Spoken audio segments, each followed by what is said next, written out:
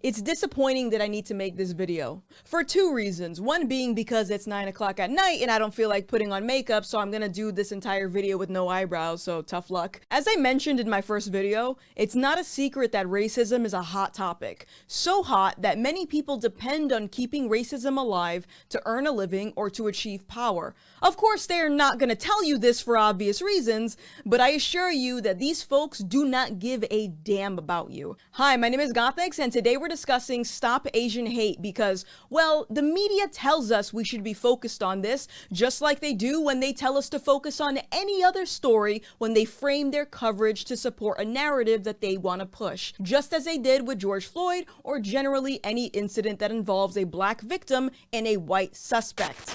Going back to my original question, I asked you which of these names seemed familiar. If you were outraged about George Floyd, then you should be equally outraged to learn about Tony Timpa, a 32-year-old man who died by the hands of police officers. Did I mention that the officers were also kneeling on him? But if you look at the coverage surrounding Tony Timpa, it's clear that the story wasn't treated in the same way as the coverage surrounding George Floyd. Race isn't mentioned anywhere in the story, and of course, Tony's death didn't spark international outrage. In case you haven't figured it out yet, race hustlers are not specific to black issues. There was recently a mass shooting in Georgia, and we can see how quickly the media labeled this incident as a hate crime fueled by white supremacy. But if you learned anything in my original video, then you should know that the media's job is to report the news, and they're not in charge of homicide investigations. So why would the media outlets trying to link this case to racism, even though it was determined that the motive behind the incident was due to a sexual addiction? And regardless of how disgusting that is to hear, a sexual addiction is very different from targeting someone specifically because of their race. Not too long after that incident, we had a situation in Colorado where, once again, many people were quick to conclude that this was yet another display of white supremacy. Now, I get a lot of harsh criticisms from people that think my videos are hateful towards black people, or I'm just telling white people the things that they want to hear, despite me sharing factual information which can easily be accessed online by a toddler. The taste of free publicity, especially when it comes from my critics, but I digress.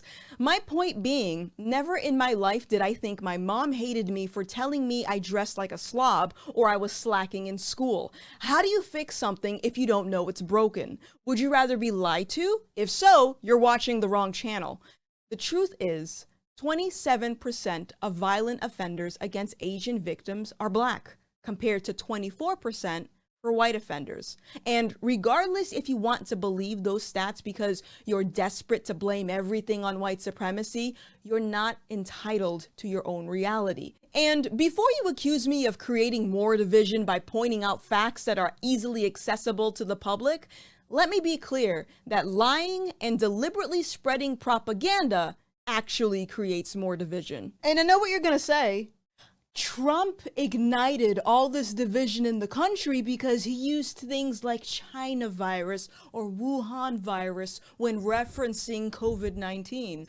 And you already know my stance on political correctness, but by that logic, if he created more division by using those not politically correct terms, then I would think the media is equally as guilty, are they not? The Wuhan coronavirus. The Wuhan coronavirus. We have new information about how the Wuhan coronavirus is spread. Tying coronavirus to China and Chinese people isn't just a racist dog whistle. It's a whole racist orchestra.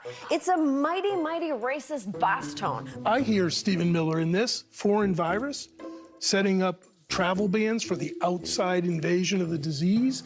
That's not the way Chinese coronavirus that they've been that's calling not it. The first U.S. case of Chinese coronavirus. The Chinese coronavirus.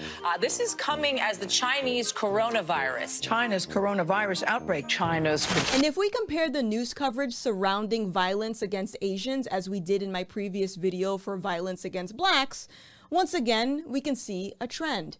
84-year-old killed after a horrific daytime attack caught on video in San Francisco. Interesting. No mention of the suspect's race. All right, let's move on. 3 arrested in beating and robbery of Asian man in San Francisco laundromat. No mention of the suspect's race.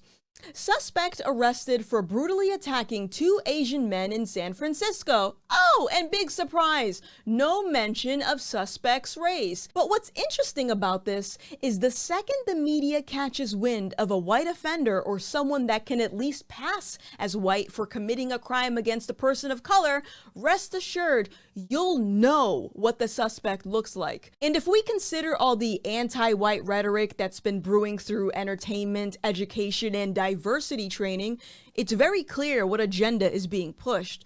Because if the media overlords truly cared about fighting racism, then they wouldn't cherry pick which cases they report as hate crimes depending on what color the suspects are. Or is this where the black people can't be racist excuse comes in? Also, where's the public outrage for affirmative action policies that systemically discriminate against Asians? Oh, you didn't know that? Yeah, it's actually harder for Asians to get into elite schools such as Yale. On average, Asians tend to do very well academically, so in the name of diversity, school admissions boards have made it harder for Asians to get accepted in order to make room for other people, even if they're not doing as well academically. It's also worth noting that affirmative action policies lead to low grades and high dropout rates for black students. Don't believe me? Look it up. Although I don't think you need a fact checker to tell you that accepting a student who has less than favorable grades into an elite school puts them at a disadvantage, which is why I'm always critical about the policy. You really want to help someone? Encourage them to study more or get a tutor instead of making the goal easier to achieve. Guys, I'm being serious right now. If you're a critic of my videos and you find my content to be white supremacist talking points, seek help immediately. Take your feelings off the table and actively listen to what I'm saying. You are being manipulated. Make no mistake. This divide that we're seeing in America is deliberate and it's fueled in part by the media. And if you still think I'm full of shit, try this out for an experiment. The next time a story is reported, pay attention to how the coverage is framed. What circumstances do they mention race? Are they labeling something a hate crime long before a formal investigation has been completed? Is there evidence that contradicts the narrative that's being pushed, like the data I showed you at the beginning of this video? And most importantly, pay attention to which media outlets constantly race bait their articles. Do they lean more on the right or the left?